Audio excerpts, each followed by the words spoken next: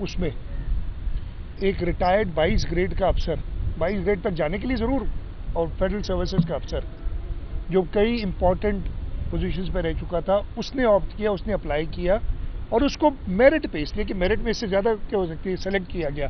Unfortunately اس سے پوچھا بھی گیا تھا جب وہ انٹرویو پہ بھی آیا، لیکن اس کے بعد اس نے منع کر دیا کہ میں نہیں جوائن کرنا چاہتا.